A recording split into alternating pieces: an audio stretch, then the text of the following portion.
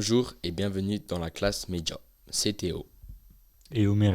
Aujourd'hui, nous allons vous présenter la crypto-monnaie qui est la monnaie de demain. Une crypto-monnaie est une monnaie virtuelle, c'est-à-dire qu'il n'y a pas besoin d'une banque. Mais c'est également une monnaie décentralisée, donc pas imposable ni soumise à des taux mondiaux. Elle utilise un moyen de réseau informatique décentralisé, appelé la blockchain. C'est quoi une blockchain?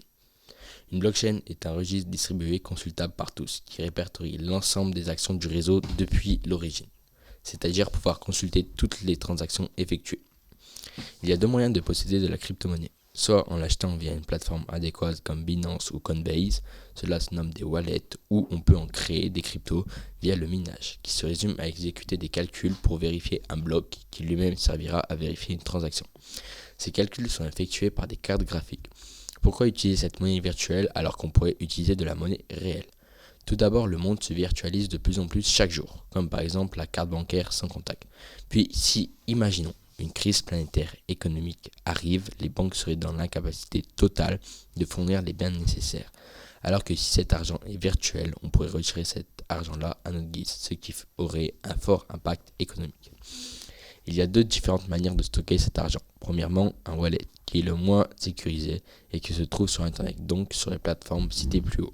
La seconde manière est un ledger, qui est une sorte de clé USB beaucoup plus sécurisée avec des codes pour pouvoir le déverrouiller. Malgré tout, il y a quand même des inconvénients tels que sa volatilité et que justement cette volatilité peut être influencée par différents facteurs tels que par exemple les whales, qui en français signifie les baleines. Ce sont eux qui ont une grande partie des parts du marché et qui donc, selon leurs transactions, ont un impact considérable sur les valeurs de la crypto. Il peut y avoir des célébrités comme par exemple Elon Musk qui, avec un tweet, avait changé le cours du marché du Bitcoin.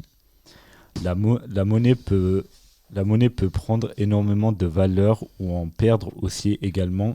Tout cela dépend du marché, de la situation économique.